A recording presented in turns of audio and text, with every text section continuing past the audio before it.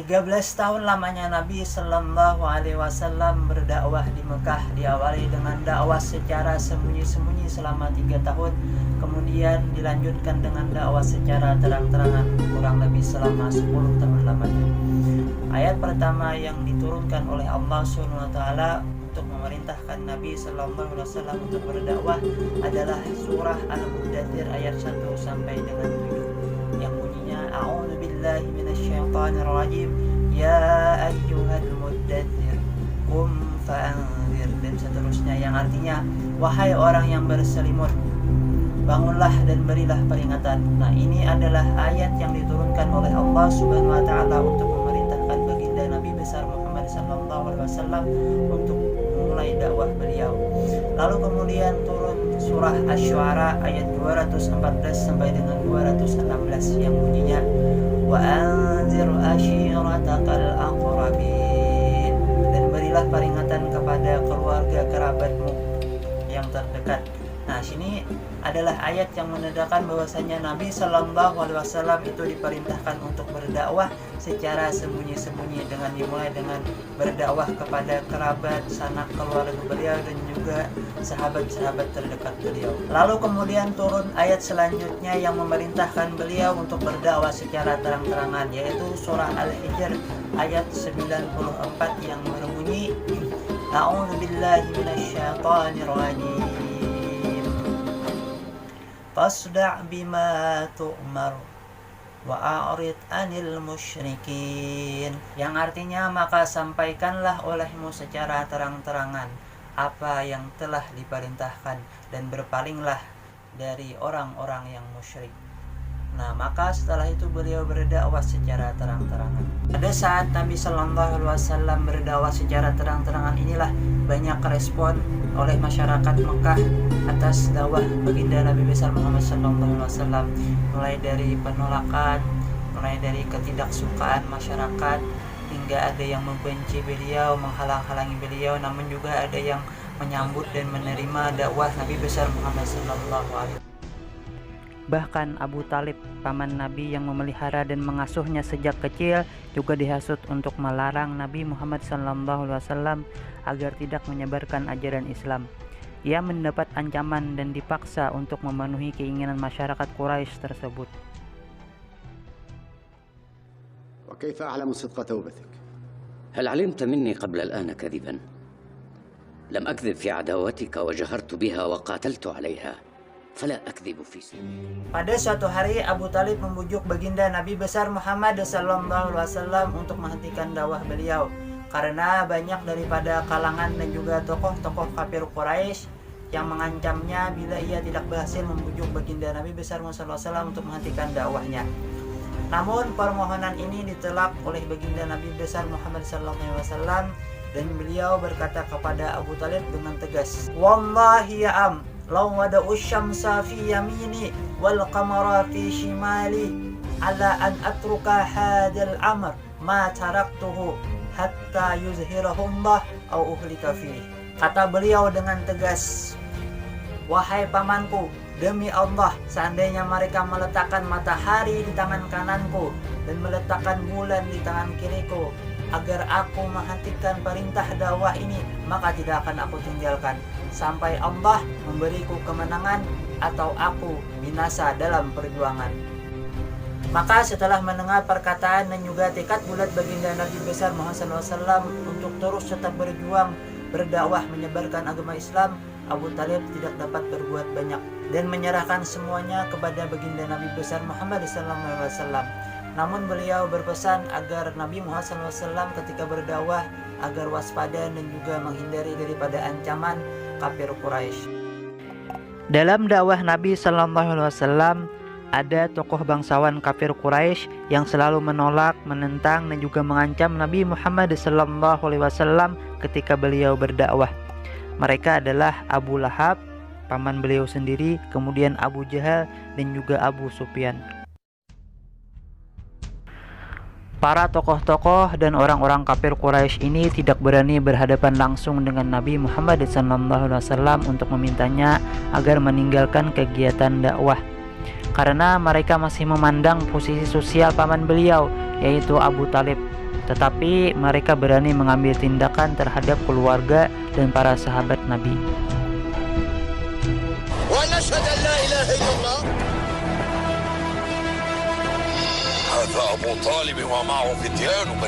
Namun kebencian Abu Jahal terhadap Islam terganjal oleh Abu Thalib, sang paman Rasulullah Shallallahu Alaihi Wasallam, yang juga merupakan seorang tokoh terpandang Quraisy.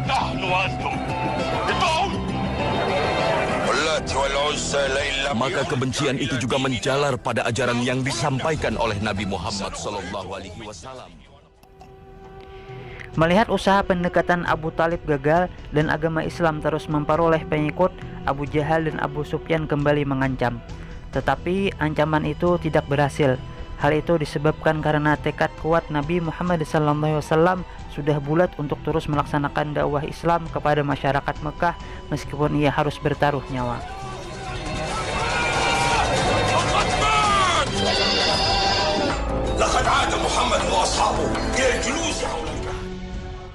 Gagal melakukan pendekatan melalui jalur kekeluargaan, akhirnya pemimpin masyarakat Quraisy lainnya menjumpai Abu Thalib untuk membujuknya agar bisa menghentikan dakwah kemenekannya itu. Kali ini bukan ancaman yang diberikan, melainkan tawaran. Ia menawarkan seorang pemuda tampan bernama Amrah ibnu Walid yang usianya sebaya dengan Nabi Muhammad SAW. Lalu mereka berkata, "Hai Abu Thalib, Muhammad saya tukarkan dengan pemuda ini. Peliharalah pemuda ini dan serahkan Muhammad kepada kami untuk kami bunuh." Mendengar ancaman dan tekanan itu, Abu Thalib menjawab dengan suara lantang, "Hai orang kasar, silahkan dan berbuatlah sesukamu, aku tidak takut." Kemudian Abu Thalib mengundang keluarga Bani Hashim untuk meminta bantuan dan menjaga Muhammad SAW dari ancaman dan penganiayaan kafir Quraisy. أتسمعون يا قريش؟ هل تتركون أسافل مكة من أتباع محمد يقتحمون أقداس الكعبة؟ لا وهبل، بل نقذف بهم إلى نار ذات لهب. نار ذات لهب. الله أكبر، لا إله إلا الله. Halangan demi halangan, ancaman demi ancaman selalu dihadapi baginda Nabi besar Muhammad SAW dalam berdakwah, bahkan penyiksaan terhadap para pengikut beliau.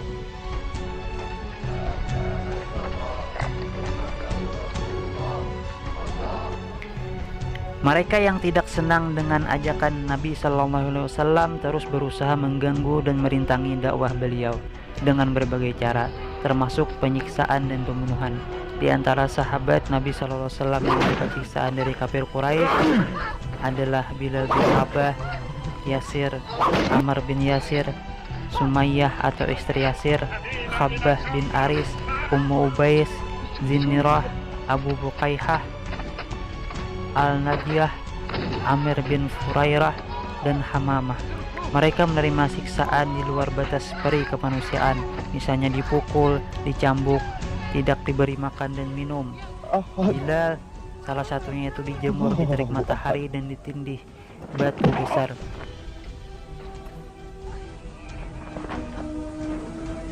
Man huwa al-aqwa? أحد. تكلم. سيدك أمرك. محمد رسول الله، لا إله إلا الله، محمد رسول الله، لا إله إلا الله، محمد رسول الله. ولا تريد أن تذكر آلهتنا بخير، اذكر هبل، اذكر هبل. أشهد أن لا إله إلا الله وأشهد أن محمد. لا لا لا لا لا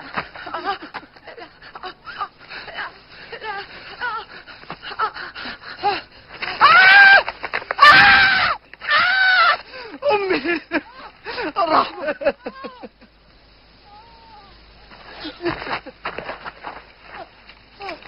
اذكري هبل العظيم، اذكري هبل، اذكري هبل وانكري دين محمد. هبل.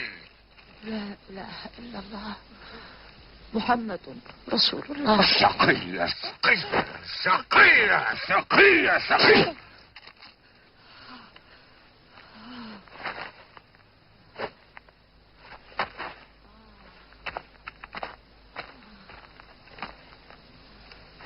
أين إلهك الواحد لينقذك؟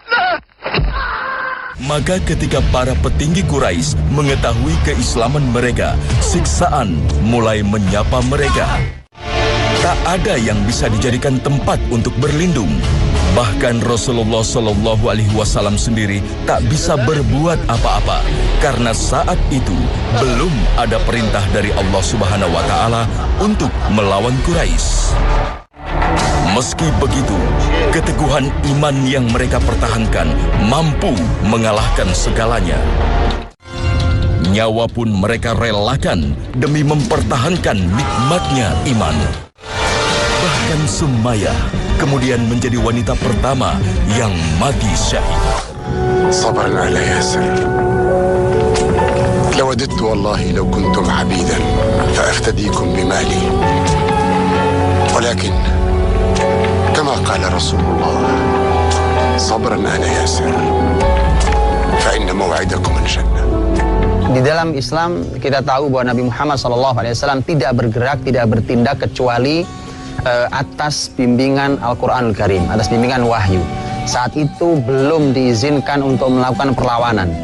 Jadi yang ada adalah semboyannya adalah bersabar, bersabar, dan bersabar. Dan Rasulullah SAW menguatkan kepada Ammar bin Yasir dan keluarga besarnya. Nabi mengatakan, Sabron ala Yasir, bersabarlah wahai keluarga Yasir. Fa inna mau'idakumul jannah, karena tempatmu nanti ya, kalian semua tempatnya di surga. Subhanallah, satu keluarga besar yang saat masih hidup telah dijanjikan kelak mereka berkumpul bersama di surga Allah Subhanahu wa Ta'ala. Bukankah ini yang merupakan kebahagiaan tertinggi bagi setiap keluarga muslim? Apa gunanya sebuah kebahagiaan di dunia? Hidup semua serba menyenangkan, tetapi kemudian di neraka mereka dipisahkan oleh neraka atau bahkan dikumpulkan di dalam neraka. Apa yang membuat mereka bisa bersama berkumpul adalah iman mereka dan kesabaran mereka dalam mempertahankan iman apapun resikonya. Sumayyah radhiyallahu anha disebutkan oleh para ulama sebagai awal syahidatin fil Islam. Ini adalah orang yang syahid, wanita yang syahid pertama di dalam Islam, di mana ini menjadi pelajaran bahwa di dalam Islam wanita mendapatkan keleluasaan untuk beramal, untuk berkarya, beribadah pada Allah Subhanahu wa Ta'ala seperti laki-laki. Islamlah agama yang memposisikan para wanita pada posisinya yang paling pas, posisi yang paling nyaman. Dia tidak pada posisi yang terlalu tinggi sehingga tidak sesuai dengan fitrahnya, bahkan menyulitkan dia. Juga tidak memposisikan wanita dalam posisi yang rendah sehingga wanita akan ternodai kehormatannya. Islam memposisikan wanita pada posisinya yang sangat tepat. Dia tidak perlu masuk ke dunia laki-laki, sebagaimana dunia laki-laki tidak boleh masuk ke dunia wanita. Tetapi karena bumi ini tugasnya sangat banyak dan besar tugasnya, maka Allah membagi tugas antara laki dan perempuan.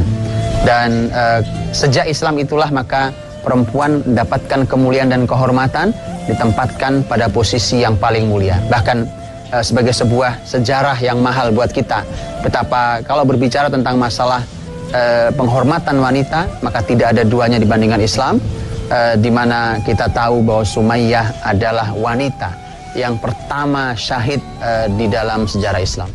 Tak lama setelah itu, Yasir wafat menyusul kepergian istrinya tercinta. Wafatnya kedua orang tua di depan mata Ammar meninggalkan pilu yang mendalam. Sementara itu, Quraisy terus mengancamnya dengan siksaan yang tak manusiawi.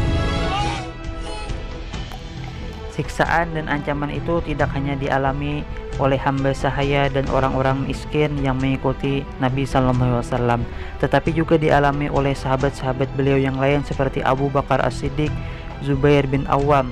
Namun siksaan yang dialami Abu Bakar As-Siddiq tidak berlangsung lama karena ia mendapat pertolongan dari sukunya. Langsung dilakukan masyarakat kafir Quraisy terhadap umat Islam, hingga akhirnya umat Islam diperintahkan oleh Nabi Muhammad SAW lewat perintah Allah untuk berhijrah ke Habsyi atau Ethiopia. Beberapa faktor yang menyebabkan mereka menolak keras ajaran Nabi Muhammad SAW karena berbagai hal, diantaranya karena ketakutan kehilangan kekuasaan. Mereka takut dengan mengikuti ajaran Nabi Muhammad, maka mereka juga akan kehilangan kekuasaan, karena mereka menganggap bahwasanya ketika Muhammad itu menjadi rasul, maka Muhammad SAW itu juga berkuasa. Kemudian juga karena takut hilangnya status sosial. Masyarakat Quraisy saat itu hidup dalam penggulungan status sosial atau kasta. Ada kaum majikan dan juga ada kaum budak. Nah, ajaran Nabi Muhammad SAW ini tidak membedakan antara berbagai suku ataupun kasta, maka mereka takut kehilangan status sosial mereka. Kemudian juga karena takut hilangnya perdagangan patung. Orang kafir Quraisy adalah masyarakat penyembah berhala. Membuat berhala merupakan mata pencaharian mereka. Maka mereka takut kalau seandainya ajaran Nabi Muhammad SAW ini menghilangkan mata pencaharian mereka sebagai pembuat patung. Nah, itulah tadi berbagai respon masyarakat Mekah terhadap dakwah baginda Nabi besar Muhammad SAW. Di antara alasan mereka menentang dakwah Nabi Muhammad SAW adalah: satu, Nabi yang keturunan Bani Hashim dianggap akan menundukkan dan menguasai otoritas politik dan ekonomi bangsa Arab yang saat itu dipegang oleh Bani Syam. Yang kedua, kekhawatiran akan hilangnya sistem kasta di kehidupan sosial masyarakat Arab. Dan yang ketiga, ketakutan bahwa Nabi akan menghilangkan tradisi yang sudah diwarisi secara turun-temurun dari nenek moyang mereka. Dan faktor yang mendorong mereka menolak keras ajaran Nabi Muhammad SAW diantaranya juga pertama, persaingan merebut kekuasaan, takut dibangkitkan dari alam kubur, persamaan hak antara kasta bangsawan dan kasta hamba sahaya, taklid kepada nenek moyang, dan yang terakhir takut kehilangan perniagaan patung berhala. Nah, kemudian motivasi yang dapat kita ambil dari kejadian-kejadian tadi adalah umat muslim banyak mengalami siksaan dan ancaman karena masuk Islam dan karena iman kepada Allah. Tetapi mereka tetap berjuang dan bersemangat dalam berdakwah menyebarkan agama Islam.